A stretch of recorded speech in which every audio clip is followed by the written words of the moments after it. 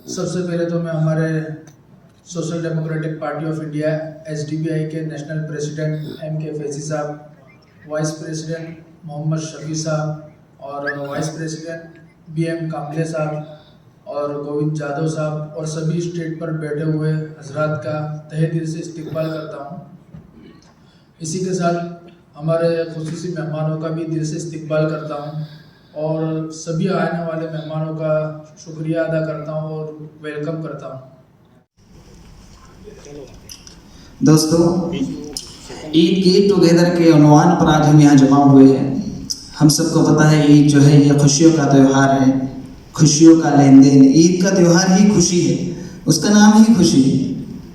तो बस वो खुशियाँ हम आपस में एक दूसरे को बांटें और जो दर्द है लोगों के अंदर, जो गम है, वो जो है हम ले लें, बस उसी के लिए हम यहाँ जमा हुए हैं।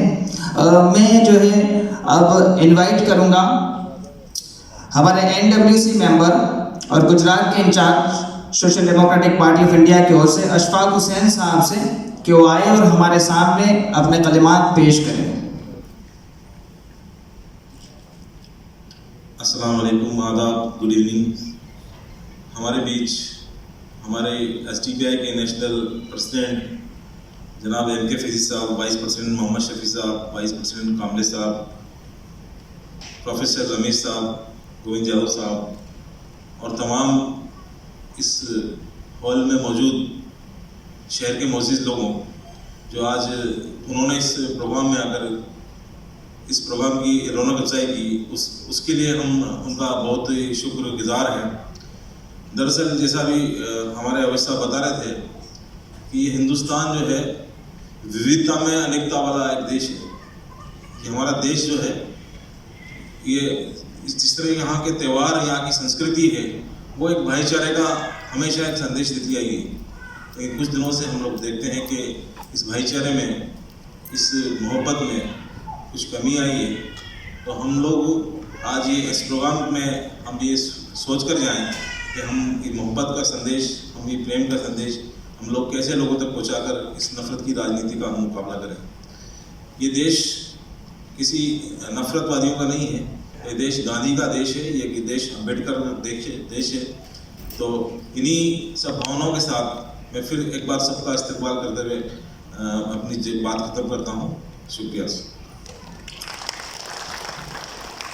थैंक यू सर के बारे में एक शेर अर्ज करना चाहूँगा कि अगर कागज़ पर लिख दो तारीफ तुम्हारी तो शाही भी आपके काम की गुलाम हो जाए। सर वो काम जो है हमारे गुजरात के अंदर अभी देख रहे हैं अल्हम्दुलिल्लाह। अब जो है मैं प्रोग्राम को आगे बढ़ाऊंगा। एक शेर है कि हिंदू मुस्लिम में उल्फत जगाए हम, प्यार का प्यारा चिराग जलाए हम, ए वतन अपने जानो तन देकर भी तुझको सोने की चिड़िया बनाएंगे हम। मैं जो है गुजारिश करूंगा हमारे BM Kamle sir, national vice president social democratic party of India की ओर से, कि वो हमारे सामने जो है अपने कलिमात पेश करें। साथियों, SDPI की ओर से गुजरात राज्य के अहमदाबाद शहर में ईद मिलन का जो कार्यक्रम आयोजित किया गया, इसके लिए social democratic party of India के राष्ट्रीय अध्यक्ष माननीय MK फैजी साहब, social democratic party of India के राष्ट्रीय उपाध्यक्ष माननीय मोहम्मद शफी साहब, गुजरात राज्य के प्रभारी अशफाक साहब, मौलाना शेख साहब जो कि स्टेट कन्वीनर है, और मंच पर उपस्थित वसावा जी और गोविंद राव जाधव, क्योंकि महाराष्ट्र में गोविंद नाम लेना ये एक अपमानजनक बात कही जाती है। तो इसीलिए जैसे शरद राव होता है वैसे हमारे गोविंद राव जी है। तो गोविंद राव जाधव साहब और अमजद खान पठान साहब, और सबसे पहले आप लोगों ने इस कार्यक्रम की शोभा बढ़ाई, इसके लिए यहाँ पर उपस्थित सभी लोगों का, सभी कार्यकर्ताओं का मैं अपनी ओर से और social democratic party of India के वाइस प्रेसिडेंट के नाते आपका तहे दिल से स्वागत करता हूँ। साथियों, भारत में जो वर्तमान स्थिति पैदा हो गई है, इसके लिए कम अधिक प्रमाण में हम अपने आप को खुद जिम्मेवार मानते हैं। भारत के इस वर्तमान स्थिति को यदि कोई सबसे ज्यादा जिम्मेवार है तो इस देश का अनुसूचित जाति का आदमी जिम्मेवार है। आप यहां पर बैठे हो इसलिए ये नहीं कह रहा हूं मैं, बल्कि अनुसूचित जाति के जो प्रोग्राम होते हैं खुले मंच से, या जो मेरे उनके अधिकारियों के साथ डायलॉग होते हैं, क्योंकि मैं खुद अनुसूचित जाति का हूं तो मैं अपने आप को सबसे पहले जिम्मेवार मानता हूं, क्योंकि संविधान की वजह से मुझे पढ़ने का अधिकार मिला। आपको तो पहले से था। संविधान की वजह से मुझे नौकरी करने का अधिकार मिला। जो मानते हैं और जो नहीं मानते हैं, मानते हैं तो भी ये सही है, नहीं मानते हैं तो भी ये सही है, क्योंकि हमारे पुरखे हमसे ज्यादा बुद्धिमान थे, मगर वो पढ़ने का अधिकार न होने की वजह से नहीं पढ़े। हमको अधिकार मिला इसलिए पढ़े, मगर अधिकार के साथ हमारे ऊपर उस समय के आंदोलनकारियों ने एक जिम्मेवारी डाल दी। छत्रपति शाहू महाराज हो सकते हैं, राष्ट्रपिता ज्योतिराव फुले हो सकते हैं, उन्होंने एक जिम्मेवारी डाली कि आपको इस देश में समता, स्वतंत्रता, न्याय एवं बंधुत्व पर आधारित समाज और राष्ट्र का निर्माण करना होगा। सिर्फ राष्ट्र का नहीं, समाज का। समाज का निर्माण करने की जिम्मेवारी हमारे जैसे इंटेलेक्चुअल पर डाली, मगर हमने देखा कि वो इंटेलेक्चुअल ने वो काम नहीं किया जिन्होंने उनके ऊपर जिम्मेवारी डाली। जिन्होंने जो पढ़ा उसके साथ वैसा ही व्यवहार वर्तमान में SC, ST, OBC के साथ में हो रहा है। और भारत का मुस्लिम विदेश से तो आया नहीं, वो तो यहीं से कन्वर्टेड है। सूफी संतों की महान विचारधारा जो इस्लाम के माध्यम से भारत में स्थापित की गई, लोगों तक पहुंचाई गई, तो भारत की विरासत, भारत की सोच हजारों साल पहले समता, स्वतंत्रता, न्याय, बंधुत्व की थी। तो इस्लाम और सूफी संतों के माध्यम से जो विचारधारा लोगों तक पहुंचाई गई, जिनको इस देश में गुलाम बनाकर रखा गया था, मानसिक, जो मानसिक गुलाम होता है वो शारीरिक गुलाम होता है। वर्तमान में हमारे लोग मानसिक गुलाम हैं। IAS IPS भी नहीं समझ पा रहे हैं कि देश में क्या चल रहा है। राजनीति करने वाले लोगों की तो बात बहुत दूर की है,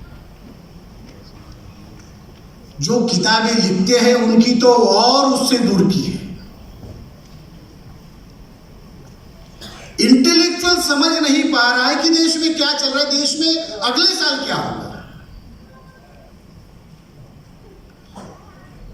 यदि मैं ये बात अभी नहीं कर रहा हूं, ये बात मैं 2000 से पहले से कर रहा हूं कि इस देश में सारे अधिकार जो आपके हाथ से निकल जा रहे हैं,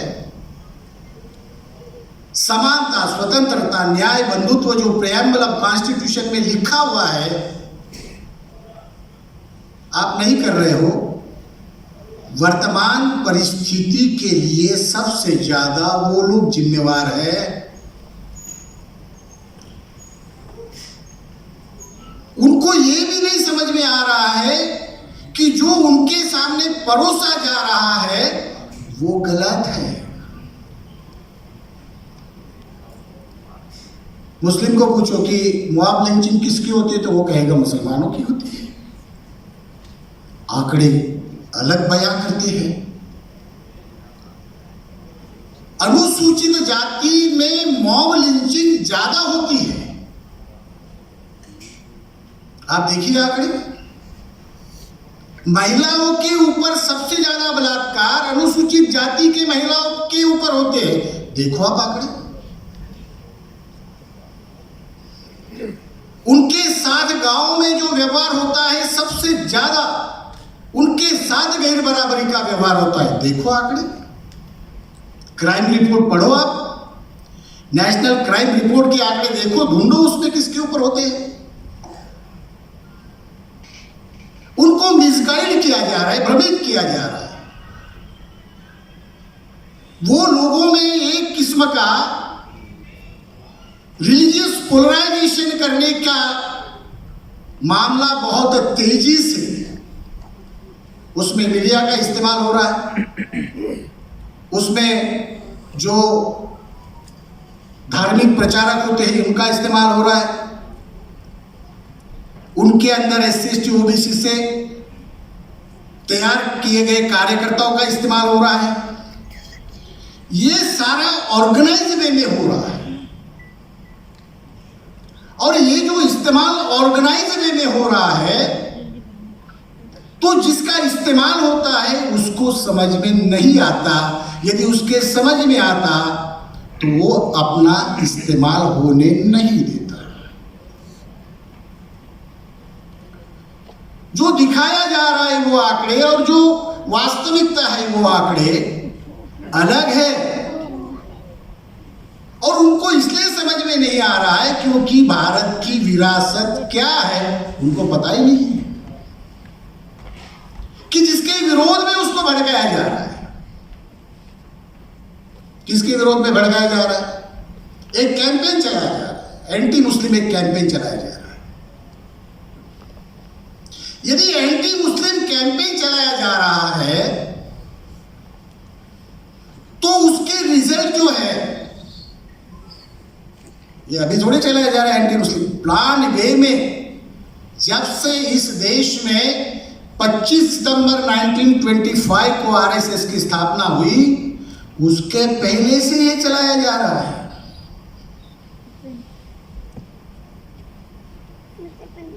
सावरकर के समय से ये चलाया जा रहा है। मेरा ये सवाल है कि जब इस देश में मुस्लिम व्यापार करने के लिए भारत में आया, उसने हमला नहीं किया था, व्यापार कर रहा था। मसालों का व्यापार कर रहा था, रेशम का व्यापार कर रहा था, हीरे का व्यापार कर रहा था।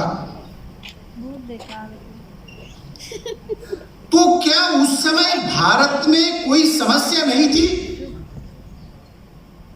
इतिहास में यदि जाकर ढूंढते हैं तो मेरे पुरखों के साथ में जानवरों से भी बदतर व्यवहार किया जा रहा था।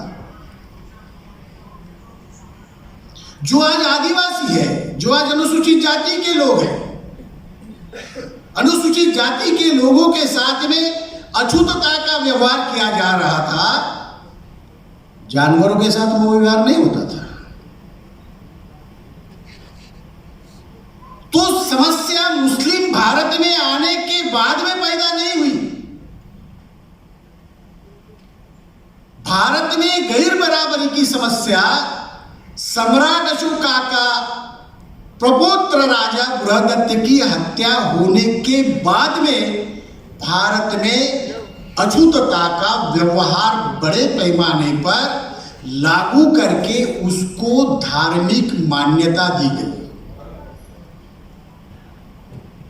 फिर इनको गले किसने लगाया? गले क्रिश्चियनों ने लगाया, गले मुस्लिमों ने लगाया, कुछ लोगों ने अपना अलग धर्म स्थापित करके इनके हाथ में तलवारें दिया। गुरु गोविंद सिंह ने, चलो तलवारें ले लो, अपनी हिफाजत खुद करो, बराबरी का व्यवहार जो नहीं करता है उसके साथ में आप लड़ाई लड़ो। तो ये सारे लोगों का जो विचार है, ये हमारी विरासत है। हमारी लड़ाई जो है समता, स्वतंत्रता, न्याय, बंधुत्व के विरोध में जो लोग हैं उनके साथ में है। वो लोग अलग अलग भेष में आते हैं, वो लोग हमारे अंदर आकर हमारी बोली बोलते हैं। तो जब वो हमारे अंदर आकर हमारी बोली बोलते हैं तो हमको लगता है ये अच्छा आदमी, हम ताली बजाते हैं, बाद में वो गला काटता है, समझ में नहीं आता। आज बुद्ध पूर्णिमा है, तथागत बुद्ध इस दिन पैदा हुए। तो क्या आपके नजर में इस देश का प्रधानमंत्री, पंतप्रधान नहीं, शब्दों में भी उनका राज स्थापित करने का मामला है? शब्द भी सही इस्तेमाल करना चाहिए।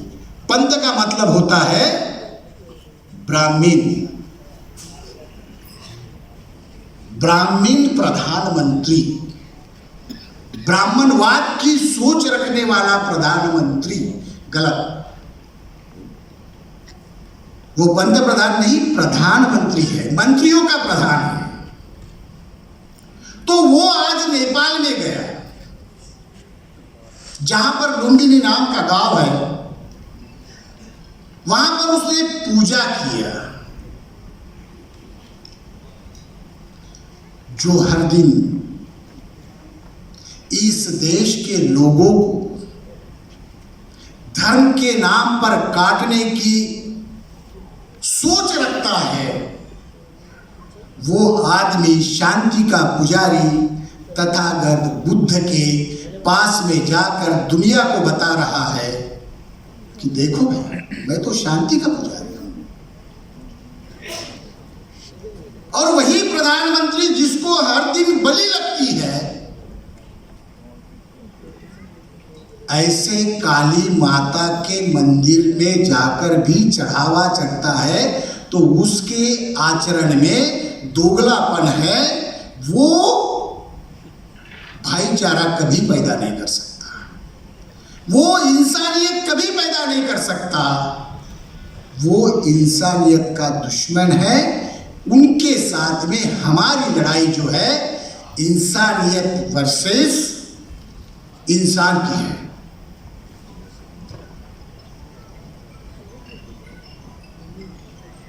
जो आदमी को सेंटर में रखकर जो लोग काम करते हैं, आदमी का विकास मतलब देश का विकास। फसाद, मारकाट, लिंचिंग, बेरोजगारी, इससे कैसा विकास होगा? देश बिक चुका है। आपसे रूबरू होकर बात करने का मौका मिला, अल्हम्दुलिल्लाह। और हम जानते हैं और जानना भी चाहिए, जो हम आज ईद मिलन के लिए यहाँ जमा हुए हैं, हमारी शुरुआत जो साल की होती कि जिस तरीके से बेबाकी के साथ, मर्दानगी के साथ नायब साहब की लड़ाई कहीं पर भी खड़ी होती है, वहां पे एसडीपीआई का जो कैडर का आदमी वहां मौजूद होता है, वहां पर पहुंचता है। मैं और इमरान खेड़ावाला अगर कोई काम करते हैं तो हम एहसान नहीं करते हैं, हम आपका वोट लेते हैं, हमारी फर्ज है कि हमको काम करना पड़ेगा। ये सर साहब ने बताया कि सेवक है, सेवक की जिम्मेदारी है। मैं तो सेवक भी हूं और मुसलमान भी हूं, इसलिए मेरी तो डबल जिम्मेदारी है। क्योंकि मैं जानता हूं कि मरना भी है और कब्र में अल्लाह तबारक व तआला को जवाब भी देना है। अल्हम्दुलिल्लाह 15 साल में 1 रुपया हराम का पैसा मैंने नहीं लिया है और हमेशा ये कोशिश की है कि बेबाकी के साथ मैं जो नाइंसाफी हो उसके ऊपर खड़ा रहूं और अपनी बात को रखूं। बहुत सी बातें बहुत अच्छे अंदाज में पेश हुई। ये भी हुई कि ये जो हमारी जो खस्ता हालत है, इसके जिम्मेदार कौन है। आज जो जिम्मेदार थे उसकी सजा भी भुगत रहे हैं, मैं इतना कहना चाहूंगा। लेकिन कहीं भी रहो, बेबाकी से बात करो, हक गोई करो और सच्ची बात करो। अल्हम्दुलिल्लाह अभी पिछले 4 दिन पहले राहुल गांधी जी जब यहाँ पे दाहोद में आए थे, उस वक्त में भी हमने जो बात हमारी थी उसको रखने का मजबूती के साथ काम किया है कि हमारा समाज 70 साल से जिससे हमारा समाज ने साथ दिया, तो हमारे समाज के लिए भी आपको सोचना पड़ेगा। लेकिन कहीं कहीं कोताहियां ऐसी होती है कि अनदेखी कहीं करी जाती है। सभी social democratic party of India की कायदीन लोग और हमारे 2 MLA गयासुद्दीन साहब और इमरान साहब, प्रोफेसर साहब, मौलाना हबीब साहब और भाइयों और बहनों, अस्सलाम वालेकुम वरहमतुल्लाहि वबरकातुहू।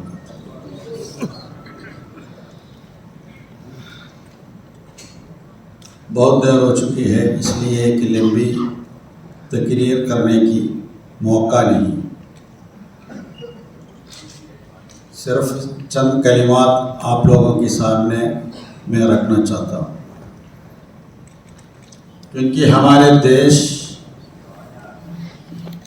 बहुत खतरा में, क्योंकि हमारे देश धीरे धीरे हिंदुत्व राष्ट्र हो रहा है, बल्कि हो चुका है। बीजेपी पावर में आने के बाद हर दिन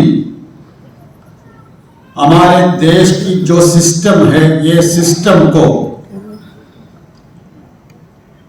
वो लोग खत्म करना चाहते हैं। इख्तिताम में है, प्रोग्राम को खत्म करने का वक्त आ चुका है। तो मैं उम्मीद करता हूं कि जो माशाल्लाह हमारे जिम्मेदारान ने जो आपके सामने बात रखी है वो आप तक बहुत अच्छे से पहुंची है। तो मेरी उम्मीद ये है कि जो चीज़, जो बातें आप लोग कोशिश करेंगे कि जो हमारा जो मकसद है एसडीपीआई का क्या मकसद है वो अच्छे से आप समझ पाए होंगे। तो मेरी यही गुजारिश है कि इस जंग के अंदर, इस लड़ाई के अंदर संविधान को बचाने की आप भरपूर हमारे साथ दीजिए और लोगों को भी इसको समझाने की कोशिश करें कि हमारा मकसद क्या है। अब इसी के साथ मैं सबसे पहले हमारे social democratic party of India, social democratic party of India का जो मकसद क्या है खास? हम लोग देश के अंदर 2 स्लोगन को लेके काम कर रहे हैं, भूख से आज़ादी और खौफ से आज़ादी। हमारे आइडियोलॉजी ये सोशल डेमोक्रेसी है। सोशल डेमोक्रेसी का मतलब देश के सभी कम्युनिटी को अपने हुकूक मिलना है, अपने राइट्स मिलना है। उसके लिए social democratic party of India काम कर रहा है। सर, आज ईद मिलन का प्रोग्राम था, आप आए हैं, किस तरह का मैसेज दिया गया? बहुत सारे दूसरी पार्टी के लोग भी यहाँ पर मौजूद रहे, क्या कहेंगे? आज की प्रोग्राम पार्टी के नाम पे है, लेकिन ईद मिलन प्रोग्राम है, इसलिए इसमें अलग अलग पॉलिटिकल पार्टी के लोग भी मौजूद हैं। ये ईद मिलन प्रोग्राम में हम लोग देश के जो हालात है, क्योंकि देश के अंदर अभी जेनोसाइड की बात हो रहा है, बुलडोजर फाशिज्म चल रहा है। ऐसे सिचुएशन में देश के सभी लोग, जो लोग हमारे संविधान पर यकीन रखता है, ये सभी लोग यूनाइटेड होके काम करना है, देश को बचाना है। ये मैसेज हम लोग आज ईद मिलन प्रोग्राम में दिया है यहाँ। अच्छा, आने वाले 2022 के चुनाव में क्या एसडीपीआई की तरफ से आप कोई मेंबर खड़े करेंगे? तो हम लोग इलेक्शन में कंटेस्ट करेंगे। कितनी सीटों पर से? वो डिस्कशन चल रहा है, अभी फाइनल नहीं हुआ है। कैसी तैयारी है सर, कैसा एजेंडा और मुद्दा लिया गया है? नहीं, हम लोग फाशिस्ट पॉलिटिक्स के खिलाफ, क्योंकि बीजेपी की जो सरकार है, ये बीजेपी सरकार जनता के लिए कुछ नहीं कर रही, जनता के लिए कुछ नहीं कर रही। हर दिन हमारे देश में बहुत सारे इशू हो रहा है, महंगाई चल रहा है, रोजगारी की प्रॉब्लम है, और पेट्रोल डीजल की दाम बढ़ रहे हैं। मतलब गरीब लोग और गरीब हो रहे हैं, और देश की जो प्रॉपर्टी है, ये सारे प्रॉपर्टी सरकार सेल कर रही है। ऐसे सिचुएशन में ये सरकार जनता के लिए कुछ नहीं कर रहे, विकास के लिए कुछ नहीं कर रहे। ये सरकार के खिलाफ हम लोग इलेक्शन में कैंपेन करेंगे। और एक बात ये है, हम सिर्फ इलेक्शन को फोकस करके काम करने वाला पॉलिटिकल पार्टी नहीं। बाकी पॉलिटिकल पार्टी तो इलेक्शन में आएंगे, इलेक्शन के बाद